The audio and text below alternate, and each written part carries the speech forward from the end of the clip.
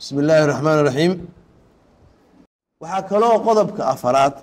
oo wax badan naga taraysa walaaca iyo walwalka iyo qulubka iyo waxa nagu jiro waa iska degeena marka dadku ubad hadii degan tahay reer nabada baa loo taliyaa degan ardadii galaaska dagaalka ma jiro macani arday madrasana ardadii isma haystaan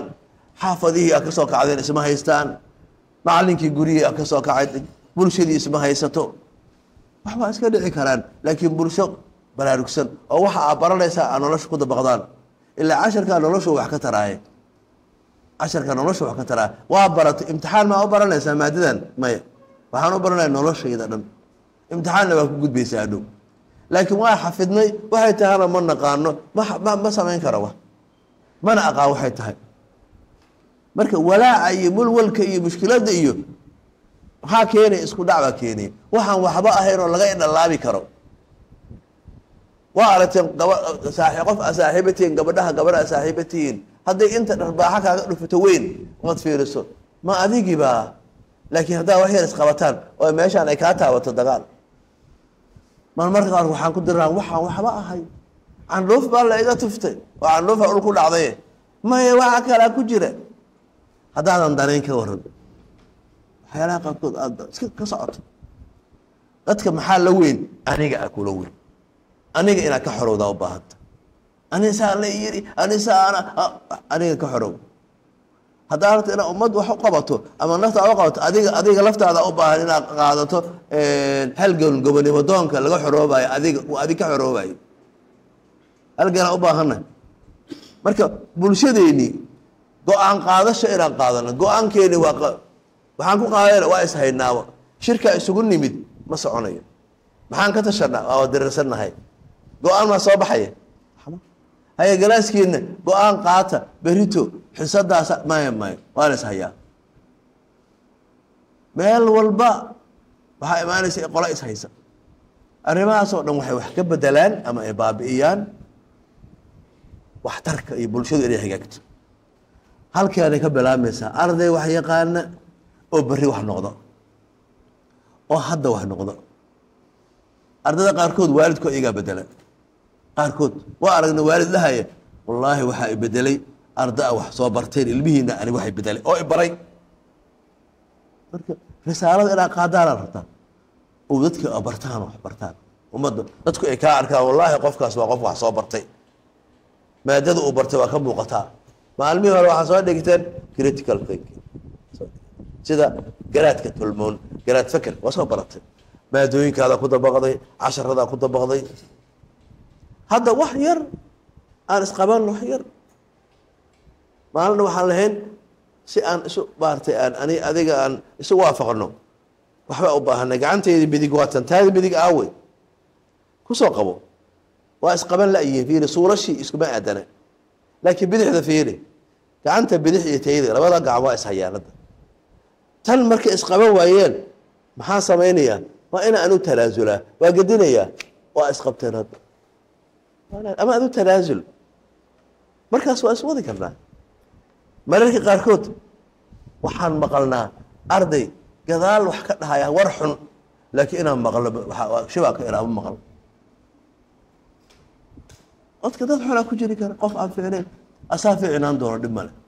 wax u sheeg wax ugu sharax arrimahaasi ardaygay faa'iide u yihiin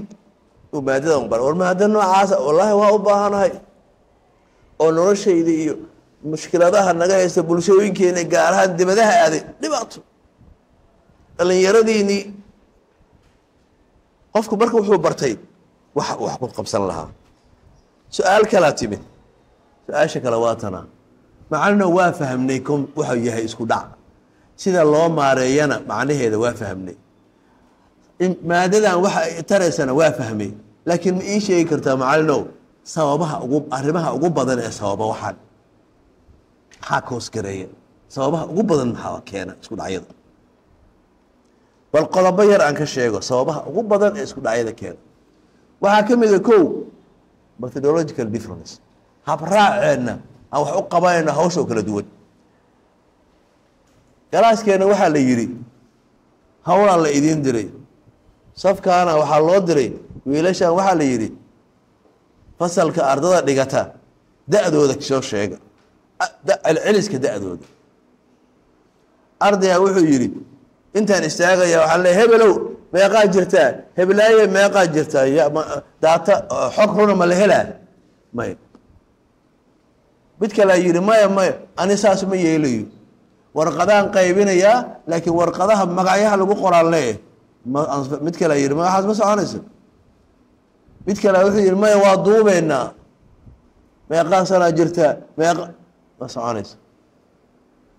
midaa wuxuu yidhi maya warqadaan qaybinaynaa waxaana leenahay magacayaa lagu qorin bas da'da ku qoran habraacii bas aan ku kala duwanna maanta maxaan karsannaa qadada beriisaa tiri adna baastaa tiri adna soor adna muufo waa isqabannay maanta qada la-aan ma karin karnaa qada intaa isugu jirta habraaca qada maanta maxaa la qabtaa bas ku qabsana habraaci wax u qabsan lahayn taas markii mushkiladay nagu keentay fikirka ha noqoto ardaynimo ha noqoto ka soo qaad shirkadaa joognaa waxaan rabaa inaan wax xayeysiino habkee u xayeysiina xayeysiinta qaala waxay dhahay xayeysiinta idaacadahan geynaynaa xayeysiinta ha akhriyaane midaa maya wuxuu yidhi baraha bulshada tiktoka iyo waxaas yaa dhigaynaa maya wuxuu yidhi maya jaraa'idkaan ku qoraynaa maya waxaa waye makarafoonaan qaadana waa la wareegaya waxaa soo bax qofna wuxuu ka hadlaa hab qadiimi ah qof waa isku qabsana waa lagu kala tegay kharash ma jiro waa suuqgeyntii arrinta la soo geyn lahaa keliya isku qabsana maxaa habkii aan u samayn lahayn shirkadaas waxay waa markaa dukaankaas is waa halaabay hadda markaan fiiriya waxyaalaha qaarkood iyo khilaafaadkooda aada xaliso berri markaa weynaataan oo wax isku darsataan intiina shirkad aad samaysataan waa isu dul qaadan kartaan haddii kale shirkadii laba shirkadooda ka dhalanayso labadii mid kale afar sii wad maantoo dhan laakiin wax yar isku dulqaadan marka methodological differenceka kala duwanaanta habkeeda waxaa ka mid a sub standard performance meeshiina laga rabay heerkiina laga rabay waxqabadka inaad ka hoos mariso heebka laga rabay waxaa noo karaysaa cunto saas maya ka hooseysaa maya guriga xaaqidiisa maalin adaale maalin adaale ade maalinta aad leedahay meelaha hore basaa xaaqdaa maxaa dhahdaan meelaha hore dumaashadayaniya aa dhahda qofna waa ku daalaa maalintaas qofna bof shaah noo soo boobsi macnaha casharka aan soo diyaarinayno aan isugu imaanayno adna waxaa ka dhigtaa aad waxaa u diyaarsaneen adna aada usoo diyaari shaqada la qabanayo adi si daacada u qabo adna si kuu laabantaa u qabo